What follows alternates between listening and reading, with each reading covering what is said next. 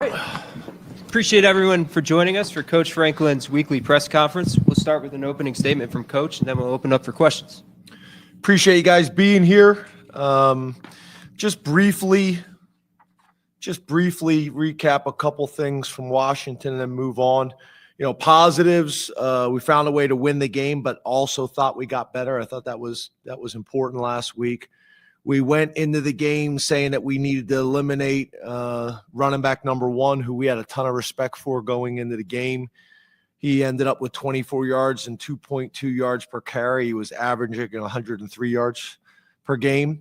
And number 12 had 2 catches and 35 yards and 0 touchdowns. He was leading the Big Ten in receiving touchdowns with 9. There were 2 guys that we went into the game feeling like we had to be aware of those guys and limit their production. Thought the staff and the players did a great job of managing substitutions and situations. Having all those timeouts at the end of the half were important. Led to 14 points in the middle 8. And then I think, probably the 2 most telling stats in the game, one dealing with the line of scrimmage. Our defense had 5 sacks and 9 tackles for loss, and our offense had 0 sacks and 0 tackles for loss. And then third down was the other one. We were 77% on third down. They were 30%. Areas for improvement, ball security. Can't work on that enough. We just have so much respect for that statistic. So making sure we're doing a great job of that. And then just making sure that whoever goes in the game plays up to the same standard. So that was kind of just some things I wanted to cover from the Washington game with you guys. From a Purdue perspective, Coach Walters, obviously know his background really well. Really kind of got on the scene as the defensive coordinator at Missouri.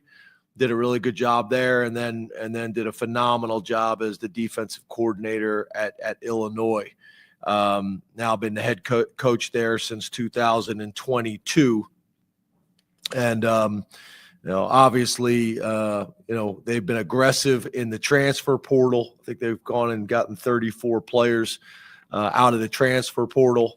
Some of the things, obviously, I think you guys are aware of, but, coach is calling the offense, and as a defensive guy, I think that's impressive as well as challenging.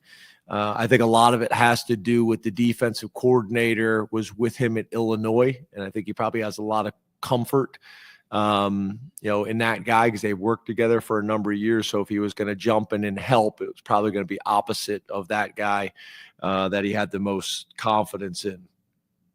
But he's calling the offense right now. They are based out of a spread offensive scheme, 11 personnel. They'll mix in a little bit of 12 personnel. We've been impressed with the Texas quarterback transfer, Hudson Card. The running back feels like he's been playing there forever. Maccabee, has been very, very productive back over the last couple of years. And then their tight end, number 86, Mac Clare, Those guys kind of stand out to us. And then on the defense, led by Kevin Kane, again, who was the outside linebackers coach at Illinois and came with coach to be the defensive coordinator. Guys that stand out to us is safety number 31, Dylan Thieneman. Number 4, DN linebacker, Kadrian Jenkins. Defensive end number 15, Will Helt. And cornerback number 10, Kendrick Breedlove. For you guys that are familiar with Illinois on defense, this is a team that is going to match your personnel probably as much as anybody we have played. Where they're different than a lot of teams is they'll go 4 down and 5 down. Usually you see 4 down and 3 down. They'll go 5 down. And had a lot of success with that at Illinois, and obviously that scheme is still with them. And then on special teams, Chris Petrilli, their special teams coordinator, and their punter we've been impressed with, Keelan Crimmins. He's another Australian punter transferred from Mississippi State. and is averaging essentially 45 yards per punt. So, the last thing I'd say before opening questions is, I think the staff's done a really good job and the players understanding what we're trying to do, but of managing the 4-game restriction on redshirting. So you'll start to see some guys come available and play on special teams and offense and play on special teams and defense over these last couple games. Some will be ready to go right now because they've only played 1 game. Some will probably wait till the next game to use, because the big reason for that is on special teams. It's hard for Coach Lustig to get a guy ready for 1 week and then he's not playing next week. We'd rather be able to have him for 3 games in a row or 2 games in a row, and then hopefully the postseason as well. So that is the plan, is try to work some of those guys in that have games available in the regular season. So open up the questions. Let's go to Rich Garcello, followed by Mark Wogenrich. Good afternoon, James. How are you? Good, Rich. You're in a different room. You're in the kitchen. This is the first time in 11 years you've been in the kitchen and not in that room with the green paint. That's very observant, except I've done this before from here. I'm showing off my wife's beautiful kitchen. I don't know, Rich. I'm going to have Paul go back and check the records. I don't ever remember you being in any other room than the green room with the green paint and the trim. Yeah, that's my cell. Yeah, that's where I usually work from. Yes, sir. So anyway, what have you seen? How have you seen Drew, Bo, the younger quarterbacks, develop and progress this year with Andy and Danny? Yeah, I think a really good example. Drew's a morning guy, right? So, he's in there watching film this morning at 6:30 a.m. Bo's in typically for a number of hours in the afternoon. I think Gronk has really turned it on here recently, and then hopefully Smolik will be available again, to us here very, very soon, and looks great.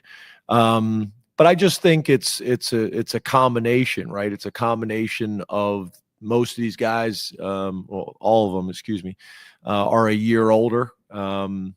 They're a year older in their college experience. They're watched a ton of film. In some ways, playing in multiple schemes is helpful. It's funny. I was listening to Jay Reed talk about it the other day, and the reality is there's things that Brent Pry did very well. There's things that Manny did very well. There's things that Tom Allen does very well, and there's things like for a guy like Jay Reed that can learn from all of them, right? So I think if you look at our quarterbacks, there's a lot of similarities there in terms of what Danny's been able to do in his evolution as a coach, as well as the players.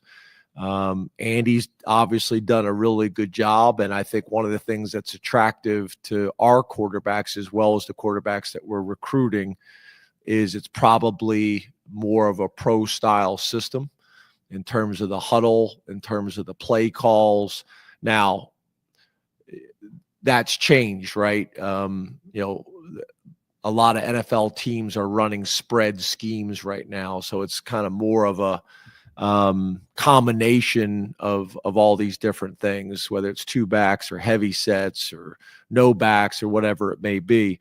But I think they're a year older. I think they're more comfortable and confident.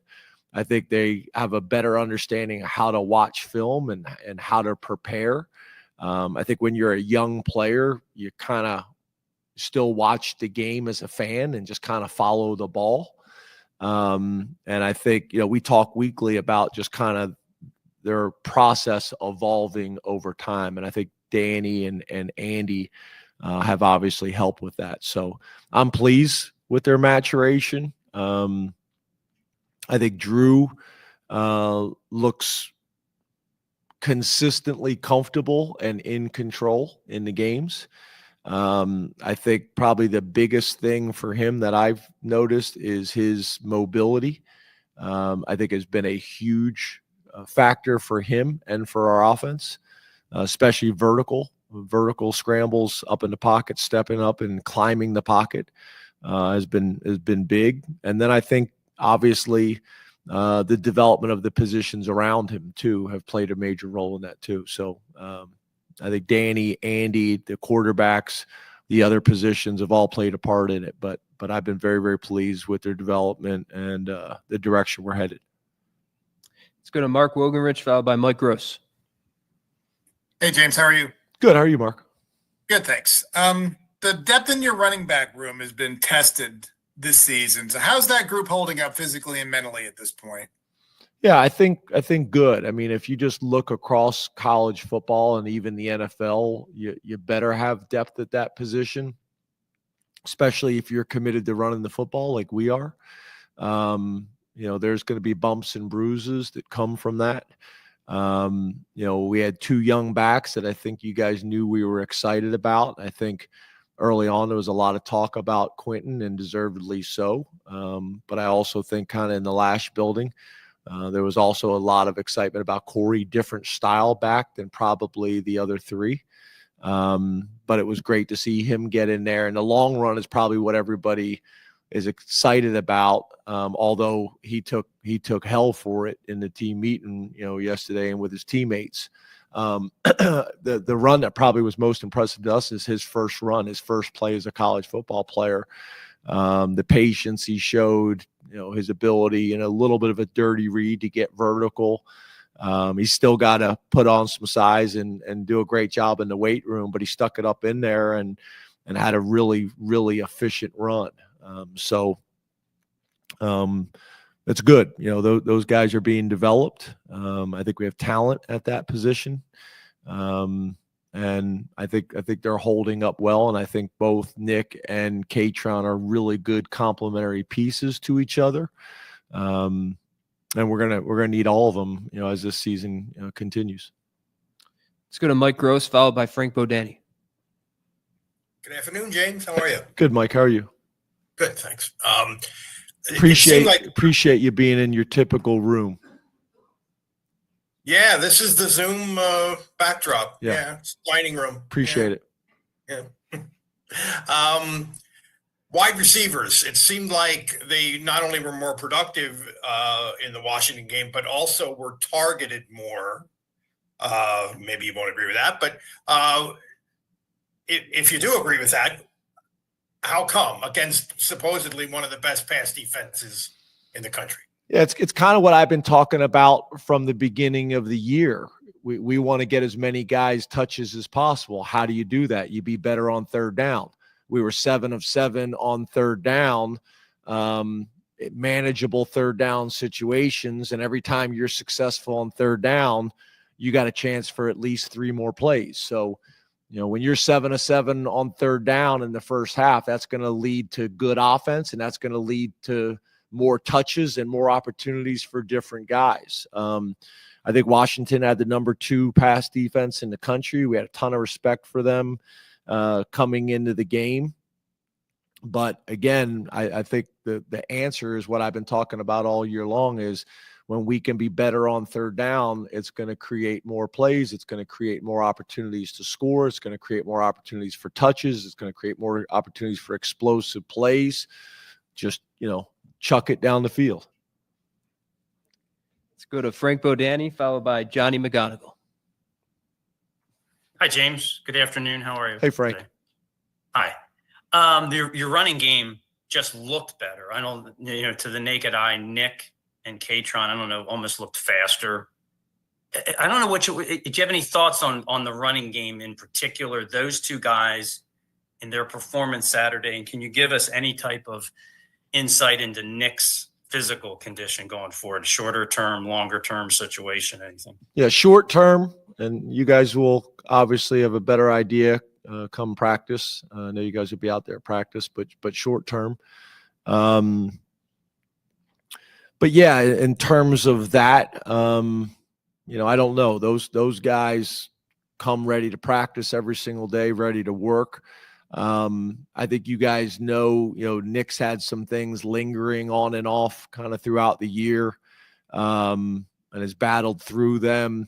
Katron is a workhorse, and they complement each other really well. It was even on the kickoff return, it was a shame, that got called back. And I think it was a legitimate call. We clearly held a guy hands outside, and I'll be the first one to admit that was a great call. That was a good call. That was a fair call. But in terms of the run game, I just think, again, it's going to be a boring answer that you guys don't want to hear. Just like the targets, for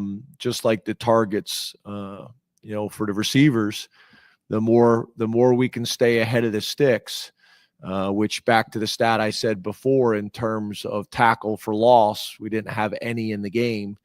When you're able to stay ahead of the sticks and stay on schedule, then it just creates more opportunities. And for us, we're going to be committed to the run and being balanced and continuing to try to be as explosive as we possibly can, but continue to feed those guys the ball. And I think our offensive line had a little bit of a chip on their shoulder, tight ends as well, coaching staff as well. And we're going to need that moving forward. But I think Nelly, Andrew Nelson, I think you guys know, our sports scientist, has done a really good job of giving the team feedback and giving me feedback in terms of how to adjust practice and where we're at based on, the game we just played. And there's a lot of things that kind of go into it. Kind of off topic a little bit, but like I feel for Washington a little bit, right? We play a 7:00 game, and they probably didn't get back to Washington until probably 7 a.m, and then they got a Friday game. Like, I don't really know if that's in, the best interest of the Big Ten, those types of things. But Nelly gives us great feedback on how to adjust our practices to make sure our guys are fresh and they're fast. And there's times where we got to push and work, and there's times that we got to cut back. Again, I think it goes back to the depth a little bit. When you got two young backs like Quentin and Corey, allows you to cut a little bit of reps from Nick and Katron from practice, because I think they can handle it. I'm not saying anything dramatic, but 2 reps a period less than they normally would take, it adds up over time. But it also allows those young guys to gain some experience and then hopefully put us in a position to be as fresh as possible on Saturdays. And that's the challenge. It's always been a challenge in college football. It's more challenging than it's ever been, specifically in the Big Ten, with the travel that we have to handle as well. So it's challenging. That's why a lot of these changes that have been made over the last couple of years and that are coming, I think, are even more challenging for the Big Ten. So we got to be very, very strategic. Really important discussions between head coaches and ADs and the commissioner, that we put our conference in the best position to be successful long term. Let's go to Johnny McGonigal, then Neil Riddell. Good afternoon, James. How are you? Good, Johnny. How are you? Good. AJ Harris, at what point did you guys know he was going to be as productive and as good, in a man-to-man situation and everything that he's done for you guys so far? When did you kind of know that he was going to be that kind of player for you? Yeah, I think Terry's done a really good job. When you think about the history and tradition at Penn State, and we got as good a history and tradition as anywhere in the country, but probably the corner room, there was less examples of that over time. And I think Terry's really changed that, dramatically. And that's no disrespect. I don't mean that any way disrespectful, but Terry's just done a really good job taking a position. And you talk about, draft picks, and you talk about all conference players and those types of things, and depth, at a position, specifically in how the conference has changed, right? A lot more spread offenses, a lot more throwing the ball around. Terry's done a phenomenal job. So whether it's high school guys that we have developed, or whether that's going out into the transfer portal. As you guys know, we're not a big transfer portal team, but look at it a little bit like junior college recruiting used to be. Go out and fill an immediate need, or just bring some veteran leadership into the room.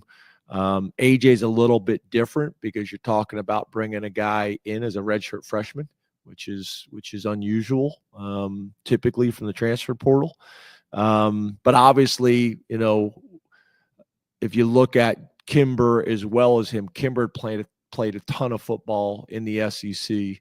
And then, you know, we talk about AJ, just a very, very highly recruited young man that we were involved with out of high school. But once he showed up on campus, you know, really bought into everything that we were asking him to do, tested really well physically, and then, you know, just embraced the competition in that room. So it was probably pretty early on, because one of the first things we do is baseline testing, and kind of checked all the boxes from a measurement standpoint, and then, you know, was able to pick up the scheme. The thing to me that's exciting is I don't think he's scratched the surface. I think there's a ton left for him, and I think he's playing at a high level, but I think there's a ton left for improvement there. And I think Terry's the right guy to coach him. And, you know, as good as he's been, I think he's got a chance to get a lot better. And I think, you know, that room does in general. I've been very, very pleased with how they're playing, but Terry deserves a ton of credit, and so obviously do the young men in that room. Last question from Zoom, Neil Riddell. Hi, James. Hey, Neil. I was wondering, you touched on this a little bit, but relative to the injuries and length of season, are you purposely cutting back the time of practice much at this time of the year? Yeah, we always do. So we start to cut back in terms of the type of equipment we wear at practice. We make modifications there. You know, in terms of the type of drills that we run in practice, typically they go hand in hand with the type of equipment you wear, the amount of reps at practice, the amount of time out at practice, and then also the amount of full speed reps compared to jog through reps. All those things gradually get adjusted over time. Nothing dramatic. It's just gradual reduction. As you know, at the end of the day, you know, you still need the reps to make sure you're prepared to play the game, but there's also a cumulative effect that builds up over time as well. So, yeah, we gradually make adjustments. Those adjustments, you know, one of the things that I constantly challenge Nelly on, and Chuck on, is that everybody's got to make adjustments, right? So, like, I got to make adjustments with the practice shell. Well, the strength coach needs to make adjustments in the weight room. The coordinators need to make adjustments. The position coaches need to make adjustments. We need to make adjustments with the veteran players who played a ton of football, or the high rep guys from the previous game. All those things factor in. And as the head coach, what I have to make sure it's happening is that everybody's doing that. Because what happens is the position coach doesn't want to give up any of his time. He wants the strength coach to reduce it. The strength coach doesn't want to touch any of his time. He wants it to come out of the position, you know, individual, and so on and so forth. So everybody's got to be on the same page and coordinated, that we're doing what's in Penn State's best interest and what's in the players' best interest. On the right, Mark. James, thanks for your time. You too. James, you've talked a lot about Hakeem Beamon and everything that he kind of been through and overcame. Is there anything you can share with us with respect to him no longer being on the team? And how do you think that position fared without him being there against Washington? Yeah, he's no longer a part of the program. I love Hakeem, love his mom. Been probably over 7 years from the high school recruiting process, and ups and downs and twists and turns and smiles and tears and everything in between. Graduated from Penn State, very, very proud of that for him, and did a bunch of good things on the field, but he's no longer a part of the team. In terms of the room, I thought guys stepped up. It was really cool to see some guys in there, whether it was Vicky Mapoye or whether it was Caleb Artis. Really cool to see those guys, be able to get in there and get some work. Guys that have worked really hard. If you look talking about some other guys, that we've had discussions about. Xavier Gilliam is a guy, just kind of looking at the chart here. I think we tried to hold so that we would have the ability to be able to play him moving forward, but he's a guy that we got a lot of excitement about in the program. I think Alonzo's, impact, guy that we weren't sure exactly what we had, but is continues to trend in the right direction as he's getting more and more healthy and playing himself back into shape. I think at one point he was about 325 pounds. I want to say he's about 305 right now and moving really well. So good. I think obviously Devon and Zane, kind of lead us in there. Keziah is a guy that we didn't have last week, which magnified it. Keziah was out last week. We expect to have him back. But that magnified it, So, there are 3 veteran players that have played a ton of football for us, and we're going to need them continue to play well as these other guys continue to grow. But I would also view Alonzo as a veteran player for us now. So we got 4 D tackles that I think it's really kind of the position you want to be in, to have 4 guys that you feel really good about, and then a battle for that 5th position with some young developmental guys, hungry. Up front in the middle, Seth. Hey, Seth. James. You talked about getting some freshmen, some more playing time over the last 3 games. Does that change at all the green light, yellow light chart? And who are some of those true freshmen that you feel, maybe most confident in playing a decent amount? No, the way we look at the green, yellow, red, that's kind of green is in terms of you're burning their red shirt. Yellow, you're trying to hold their red shirt if you can. And red shirt is a guy that, most likely is going to redshirt, and all those things can change based on injury. What I'm saying is, we manage this, that now we should be at this stage, a lot of these guys be able to play and still be able to keep their red shirt. I think Max Granville is a good example. We had decided, I guess in some ways to green light him in terms of if we needed him to win, he was going in the game, but we weren't just going to put him in if he wasn't necessarily needed. So, we were fortunate over the last couple games to be able to get through those games and not have to play him. Because what I'm very sensitive to is you put a guy in for 3 plays. Like, once you're going to play a guy, there's got to be a commitment throughout the program on special teams, with the coordinators and with the position coach, that the kid and their parents feel like at the end of the year, it was worthwhile. It was in everybody's best interest. So some guys, that I would say fall in that category right now is Corey Smith and Tysier Denmark, Egan Boyer and Donnie Harbor, Xavier Gilliam, Max Granville, Jalen Harvey, Anthony Specca, Belgrave Shorter, Woosley, and Mitchell. Some of those guys, it'll be this game. Some guys, it'll be next game. But the guys that have only played in 1 game, they're good to go. The guys that have played in 2 games, we'll probably try to hold them for another game. I think, Terry is a pretty good example with Kenny and John. He rotates them every other game.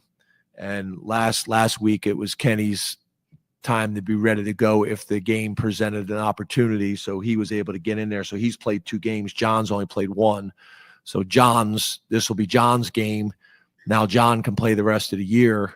And then not this game, but then next game, Kenny will be in a similar situation. Over here on the right, Tyler. Hey, James, how are you? Good. How are you? Good. At the linebacker position, outside of late when you brought in a lot of your younger players and reserves, it seems like it's been very geared towards Kobe, towards Tony, and then obviously Dom that he's gotten more. Is that an area? I know the depth cultivation has been something we've discussed. We haven't really seen that take place in games. Is that something where with some of the younger guys like a Specca that you hope to maybe reach the end of the regular season in a better spot, feeling better about depth than maybe how you feel about it in this moment? Yeah, Speck is a guy, again, that we were trying to redshirt if we can. It may not play itself out like that. We'll see. Kobe's just playing really well.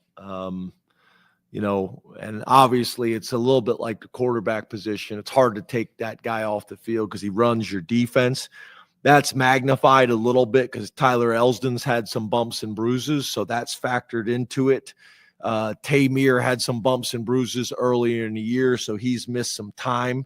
But we need Tamir to really start coming on right now. He shows some really good flashes. We got to get Tyler Elsdon healthy again. So all those things kind of factor into that. And Tamir, both at the will linebacker position as well as the Mike linebacker position. DeLuca's another guy, you know exactly what you're going to get with him. We're creating some depth because he can play both outside linebacker positions. So what we didn't want to do is he comes off the field every time we're not in base. So being able to create the flexibility that he can go to the other side, that helps with that. I think Dakari's done a really nice job. I think has started some games for us and done some good things as well, but we don't have great depth there. We're developing it, but we've had some bumps and bruises along the way as well. But I think once we get to the point where Speck is available, that will help. But a lot of it just has to do with Kobe playing very, very well right now, and some of the other guys having some bumps and bruises at a position that that happens. Very similar to kind of what we talked about at running back. Over here in the middle, Max. Hey, James. Hey, Max. You mentioned it Saturday night that you had thanked the administration for making sure the whiteout was a night game. I know we spent a lot of time in the summer talking about the factors that go into it. I know some of it's out of your control, but the past 3 years, the games have been pretty lopsided. I guess when you look back, how comfortable are you with that selection process and how it's ended up recently? Yeah. As you guys know, we spent a lot of time talking about and working towards, as players and coaches, controlling the things that you can control. So I'm not going to spend any energy on time on things that are outside of my control. I think our football program and the administration have made it very, very clear in what we'd like to do and how we'd like to do it. And that's all we can do. That's all we can do. I do think part of the reason the games have been a little bit lopsided is because of the crowd and because of the environment. That plays a factor. Home field advantage is a real thing, and when that's the whiteout, it's even more so. It creates a real challenging environment, specifically on offenses. But we will make our case with what we'd like to do and how we'd like to do it, but we're going to need cooperation from others to make that happen. Over here on the left, Mike. Hi, James. With the training table in and the stadium, and now with the dorms coming in across the street on University Drive, and you've worked really hard to make a lot of these things happen. Are the big pieces in place, the big picture things that have taken 11 years to happen? Are there any big pieces that you are still looking forward to in the years ahead? Well, what I will say is, number one, I'm appreciative of all the work that's gone in over our 11 years. One of the things I'd like to show you guys at some point is we've taken before and after pictures of everything. And I think back all the way to standing on that turf practice field and my back was up against the fence, and you guys were asking me questions. A lot of the same people in the room were asking me questions about facilities, and that was a battle when I first got here. The turf, we weren't allowed to use the turf because it hadn't been replaced in 10 years, our turf field. So I'm very, very proud of the progress that we have made. I'm very, very appreciative of the board leadership over my 11 years here. I'm very appreciative of the presidents over my 11 years here. I'm very appreciative of the ADs.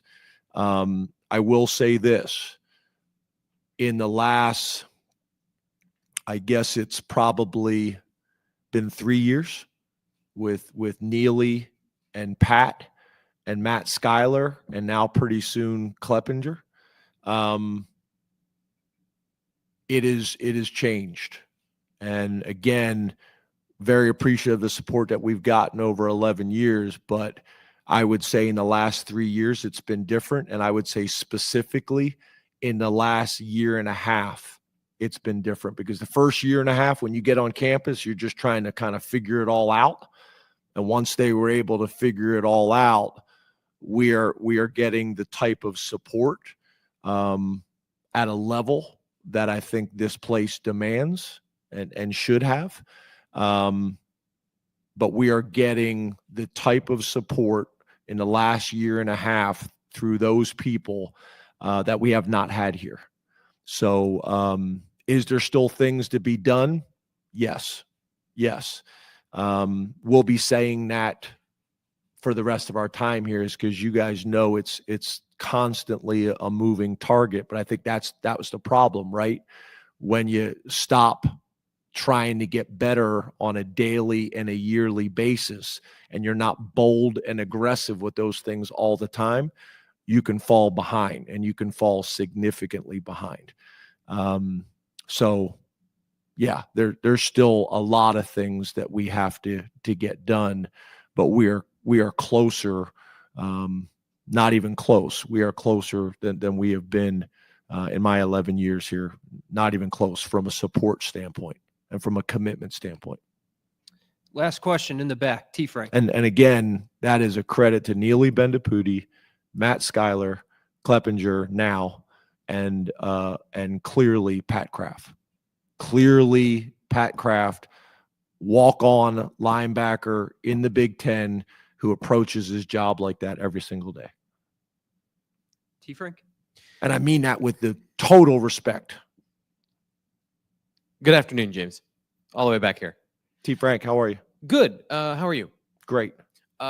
We've talked a lot about depth and playing freshmen and things today, but I'm curious, from the way that you've played games so far this year, there have been plenty of lopsided victories, but the game flow hasn't really presented an opportunity for like a third quarter to get a bunch of players into the game, and more importantly, get your starters out of the game earlier.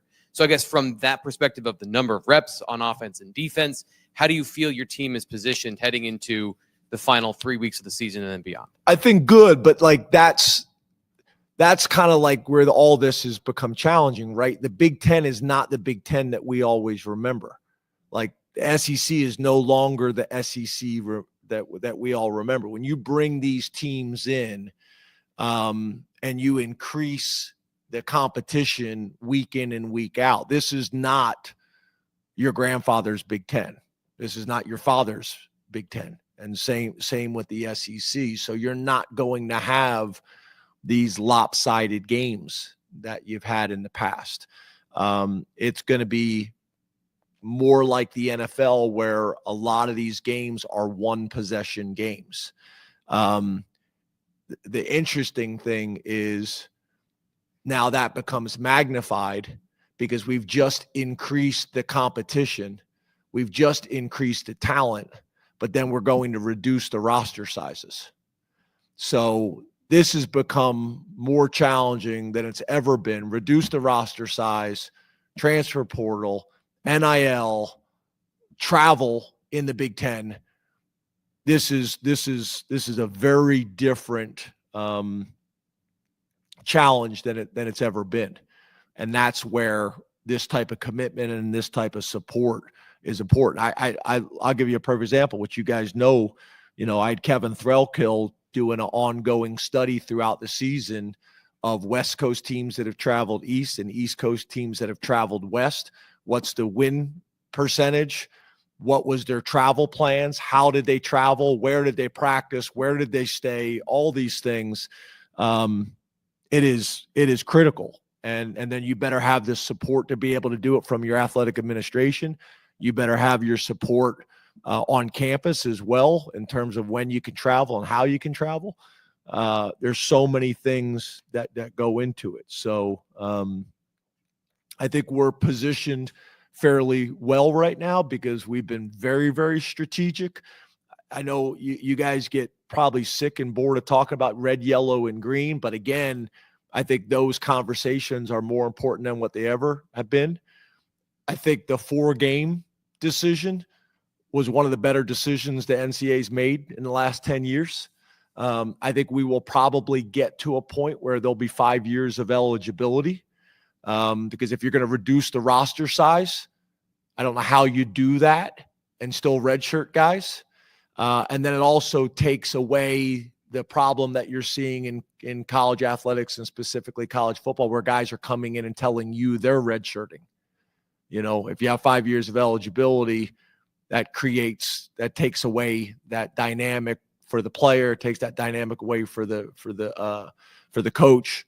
And I think that's something that's going to that's been something that's been talked about for a long time in college athletics and specifically football. But I think that's going to come to a head here sooner rather than later, in my mind, in the conversations that I'm a part of in the Big Ten and with the AFCA. Thank you very much, Coach. Thank you.